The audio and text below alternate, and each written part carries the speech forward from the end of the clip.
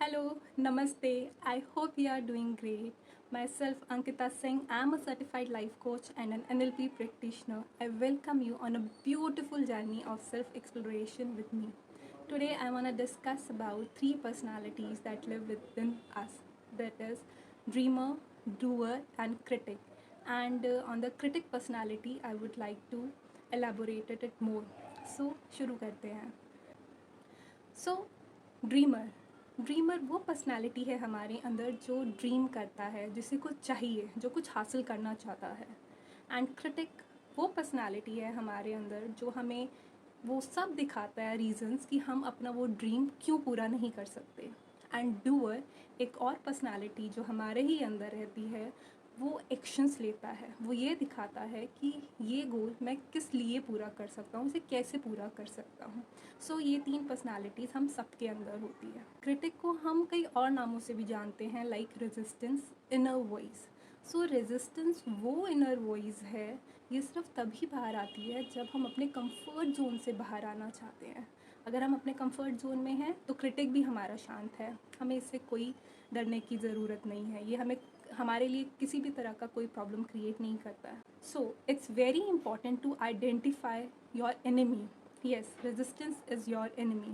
So first thing is that resistance is invisible, it's internal, and it's highly intelligent. Because we cannot see it, so it is invisible. We can only hear it, we can only feel it to some extent. And because it's not visible, so हम कई बार भूल जाते हैं कि ये exist भी करता है.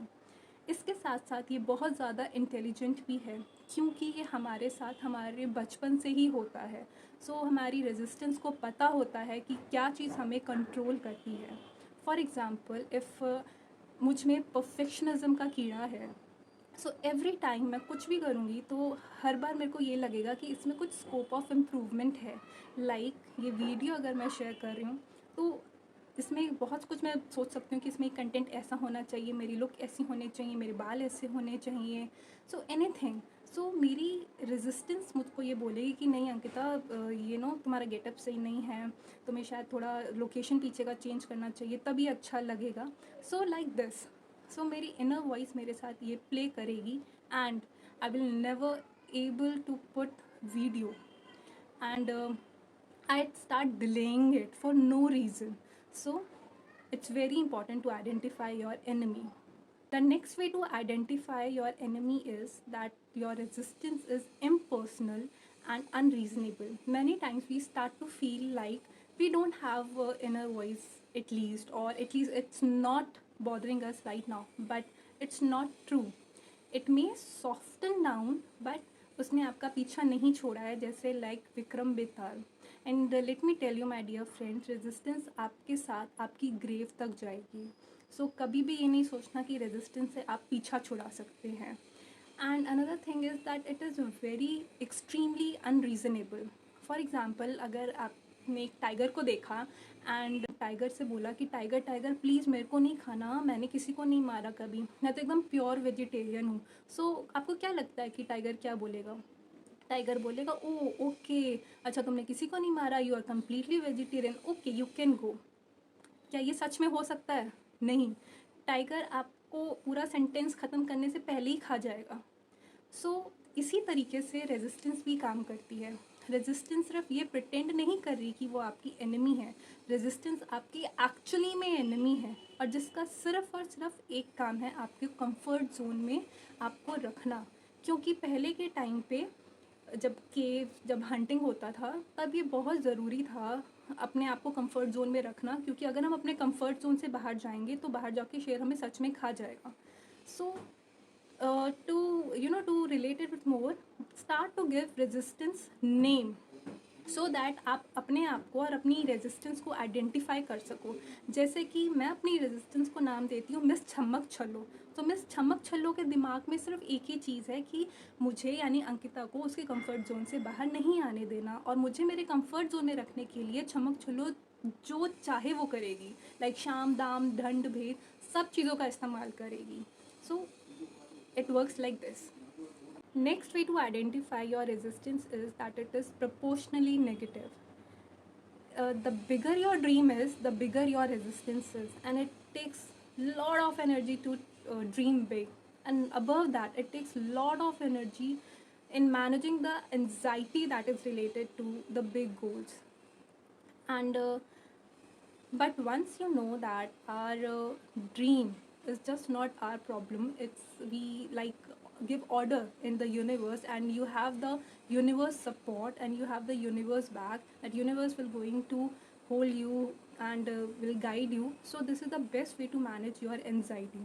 There is एक सीन है महाभारत का, जब दुर्योधन अपने फादर के पास जाता है, उनको कम्युनिकेट करता है कि पिताजी मैं वहाँ पर गया कृष्णा के पास, एंड उन्होंने मुझसे पूछा कि तुम्हें क्या चाहिए, मैं चाहिए या मेरी पूरी आर्मी चाहिए।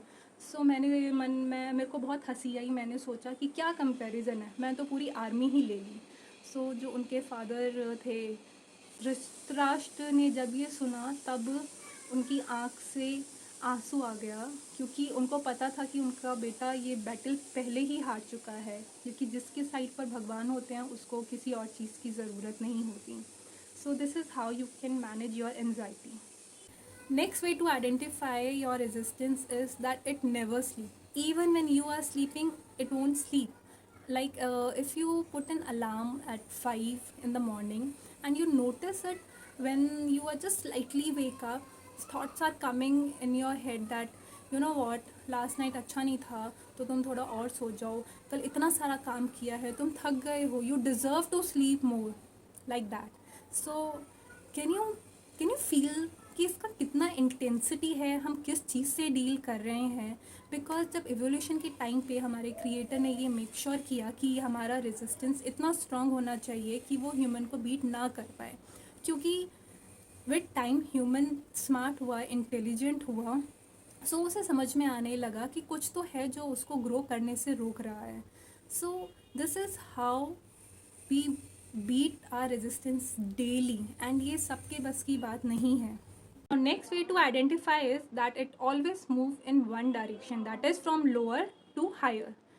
And whenever you are chilling, you are relaxing, you are watching your favorite movie, your serial or Netflix, तब रेजिस्टेंस एक्टिव नहीं होती है. But the moment you decide to do, कोई बिजनेस करना है, कोई वीडियो अपलोड करना है, तब your resistance came into the action. And because ये हमारे साथ हमारे बचपन से होती है, तो इसको पता होता है कि how we can get control. And जो भी चीज़ें आपको प्लेजर देती हैं वो आपको सक्सेस नहीं दे सकती है, एंड जो भी चीज़ें आपको सक्सेस देती हैं वो इतनी प्लेजरफुल नहीं होती हैं स्टार्टिंग में, बट एक्चुअली में they are very very hard to do it. So please understand that we need to rebuild our self. Actually some of us तो बिल्कुल स्क्रैच से शुरू करना है, एंड कुछ लोग हैं जो रेजिस्टेंस को बीट कर रहे हैं डेली बेसिस पे. आपको क्या लगता है कि सक्सेसफुल लोगों को रेजिस्टेंस नहीं होती? रेजिस्टेंस एक ऐसी चीज़ है जो आपको डेली हर अपने एक्शन के साथ आपको बीट करनी होती है. Last way to identify your resistance is that it is more powerful at the finishing line.